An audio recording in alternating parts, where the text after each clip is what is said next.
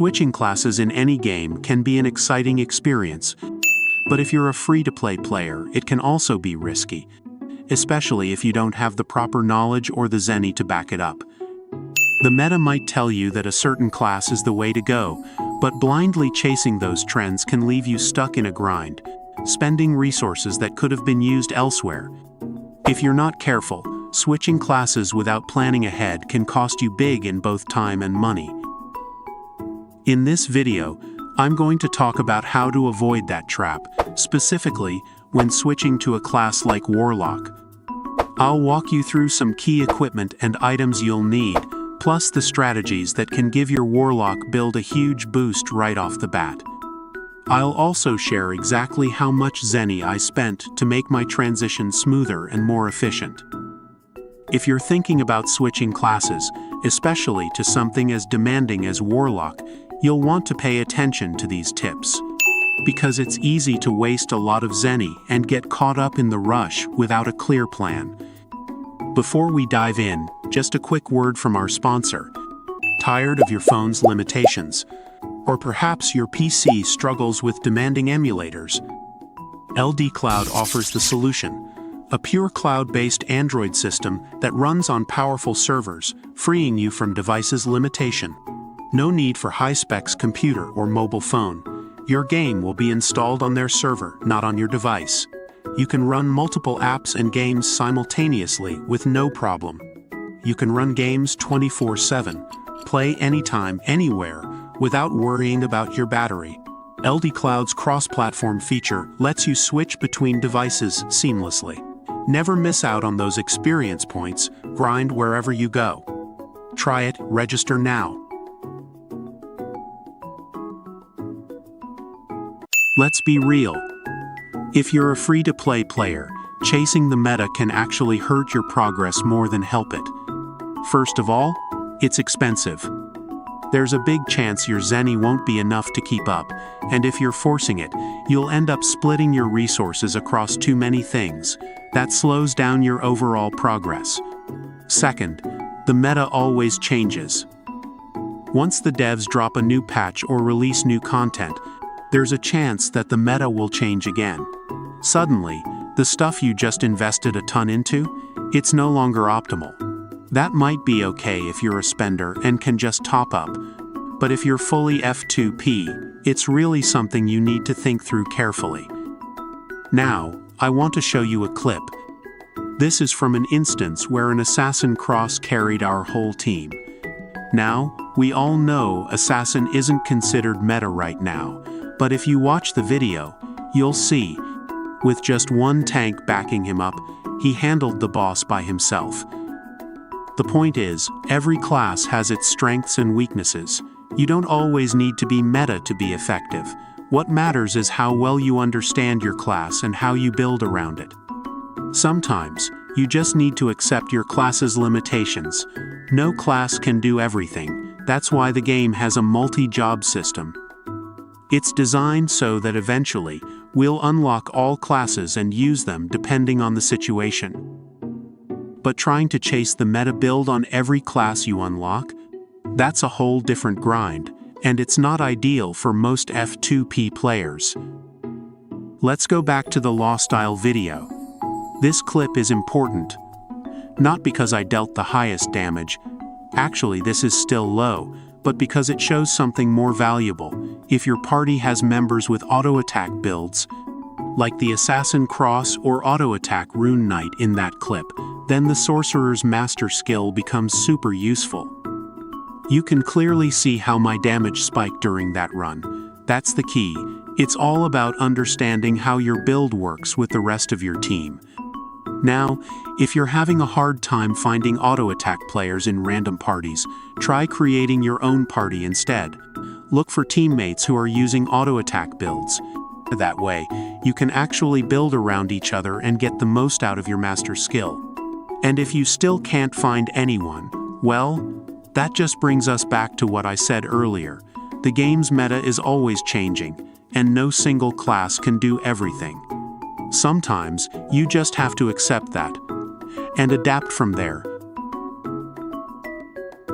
Now, if you're set on switching and want to build your own Ghost Warlock, let me give you a quick idea of what to expect based on my own experience. I've already unlocked Warlock, but I haven't fully started gearing up for a Ghost build yet.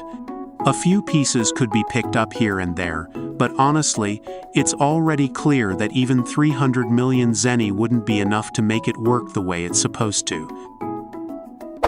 For equipment, the Ghost Warlock setup requires high refinement gear, and the build is completely different from what I use on my Sorcerer. Right now, I have a +10 Wizardry Street AF, which I'll show later in the video, including how I went through the upgrading process, so you'll know what to expect if you're crafting one from scratch. Next on my list is aiming for a +12 Robe of Cast, which I plan to upgrade into a Robe of Cast Star. I'm mainly going for the 5% magic penetration bonus, but if Zenny's tight, I'll settle for a +10 version and just safe refine it later when I've got more budget. You'll also want to set aside at least 100 million Zenny for the Warlock's Master skill. That's just the minimum. The skill, Spiritual Combo, becomes stronger as you level it up. So make sure not to blow your entire budget on one part of the build. We'll dive deeper into skill investment strategy in future episodes. But for now, let's stick to the core essentials. Once I've secured the Master skill, the next step is optimizing my gear. I'll likely start with a +10 Eye of Dullahan, which gives an extra 10% magic attack once it reaches tier 6. For the offhand slot, I'm working on crafting a sacrifice book. I've already started with a magic Bible and plan to refine it to +12, so that when I upgrade it into sacrifice book, I'll still have it at +10 or higher. For headgear, I'm leaning toward using Evil Hat to boost ghost element damage. But if you're mostly running PvE instances, White Knight Helm is also a solid option and might be easier to get depending on your budget. If you're not fully geared yet, and honestly, most of us aren't, you can stick with your +12 Adventure Master set for now.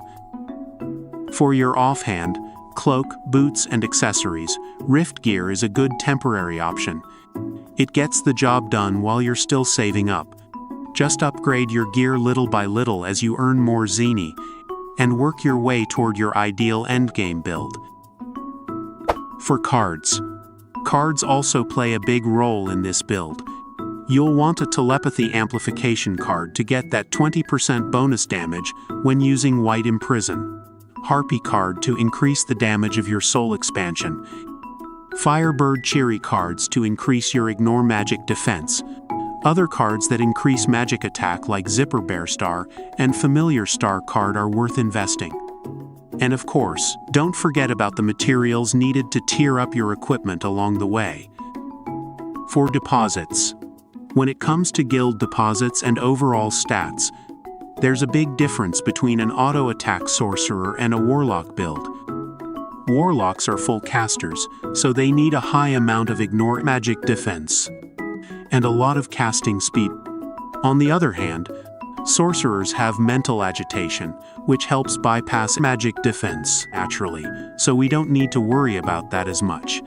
In that sense, sorcerer builds are a bit more forgiving. As for elemental deposits, I'll need to reset and move some of my points into Ghost Element to support the Warlock build. I'll still keep wind damage at level 20 since I'll continue using Sorcerer as my main. That's the plan for the time being. For now, I think Warlock is a good next step to multi-class, since I can still benefit from my current deposits. That's actually a huge thing. If your gear deposits don't fit the class you want to switch to, you'll end up having to reset a lot of them. But with Warlock, I can keep most of what I already have. I just need to focus on building up Ignore MDef and get whatever extra gear the build needs. So, where does that leave Sorcerer in today's meta? For PvE content like dungeons and instances, it's honestly getting harder. Bosses don't just conveniently match your element anymore. I noticed that they take more time to convert. Eventually, switching classes becomes necessary. But for PvP, I think nothing beats Earthfield, especially during guild wars. Actually, most of Sorcerer's utility skill are so useful. So don't worry, we will still have an updated guide on Sorcerer. But for the meantime, we will focus on building utility Sorcerer. I will upload my updated utility Sorcerer next episode. Stay tuned. And that's about it for now. I hope this gives you a clearer idea of what to expect if you're planning to switch from Sorcerer to Warlock. As always, take your time, plan your build carefully, and don't rush the grind. If you found this helpful, feel free to drop a comment or let me know what class you're working on. I'd love to hear it. See you in the next one.